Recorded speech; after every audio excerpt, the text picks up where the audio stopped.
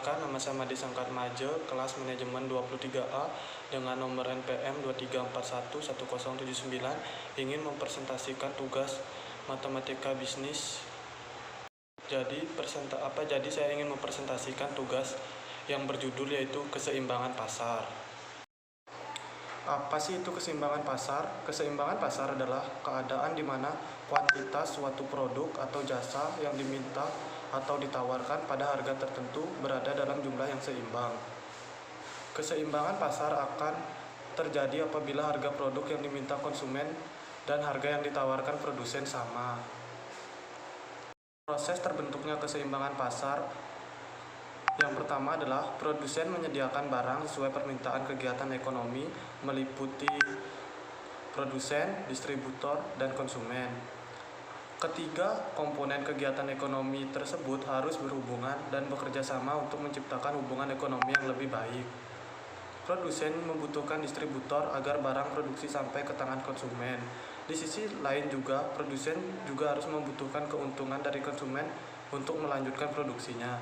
Dan yang kedua adalah keseimbangan permintaan dan tingkat ketersediaan. Umumnya, konsumen mendorong produsen untuk memastikan persediaan produk cukup untuk beberapa waktu. Jika harga sesuai dengan permintaan pasar, berarti keseimbangan pasar telah tercapai. Oleh karena itu, produk biasanya disesuaikan dengan stok yang tersedia. Yang ketiga adalah menyediakan stok barang sesuai penawaran. Pembeli salah satu pendorong terjadinya keseimbangan pasar adalah adanya keseimbangan antara pasokan barang yang tersedia dan kebutuhan pembeli. Hal ini memaksa produsen atau penjual untuk memasok barang sesuai dengan persediaan yang dibutuhkan. Ketika penjual dan konsumen menyepakati stok dan harga, maka keseimbangan akan terjadi. Yang keempat adalah terdapat pengendalian harga. Terkadang sistem ekonomi pasar membuat harga pasar kacau.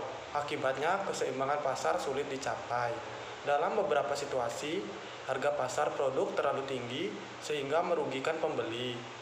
Intervensi pemerintah dalam hal ini adalah berupa perumusan kebijakan ekonomi sedemikian rupa sehingga harga setiap produk tetap stabil.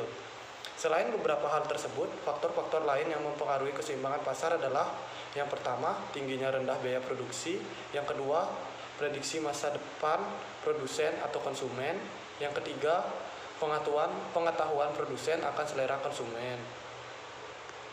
Dan yang selanjutnya adalah fungsi keseimbangan pasar. Pertama adalah fungsi permintaan. Fungsi permintaan adalah hubungan antara jumlah permintaan suatu barang dan faktor-faktor yang mempengaruhinya. Proses fungsi ini didasarkan pada hukum permintaan yang menyatakan bahwa ketika harga suatu barang naik, maka permintaan turun dan sebaliknya. Hubungan antara harga dan jumlah barang dalam fungsi permintaan berbanding terbalik. Jika produk turun, permintaan meningkat dan sebaliknya. Itulah sebabnya grafik fungsi permintaan selalu negatif. Kondisi sering muncul dalam industri di mana harga pasar lebih rendah dari harga keseimbangan. Selanjutnya adalah fungsi keseimbangan pasar, yaitu fungsi penawaran. Fungsi penawaran merupakan hubungan antara jumlah barang dan harga yang ditawarkan pada penjual. Fungsi penawaran dengan hukum penawaran yang berlaku, di mana kenaikan harga akan diikuti dengan naiknya jumlah yang ditawarkan dan sebaliknya. Hal tersebut sesuai dengan asumsi ceteris paribus atau pengaruh faktor-faktor lain yang dianggap tetap seperti kenaikan harga akan menyebabkan permintaan barang berkurang. Itulah sebabnya perbandingan antara harga dan jumlah yang ditawarkan selalu menghasilkan hubungan positif. Terkadang terdapat kondisi di mana harga barang melebihi harga keseimbangan dan menyebabkan penawaran yang berlebihan.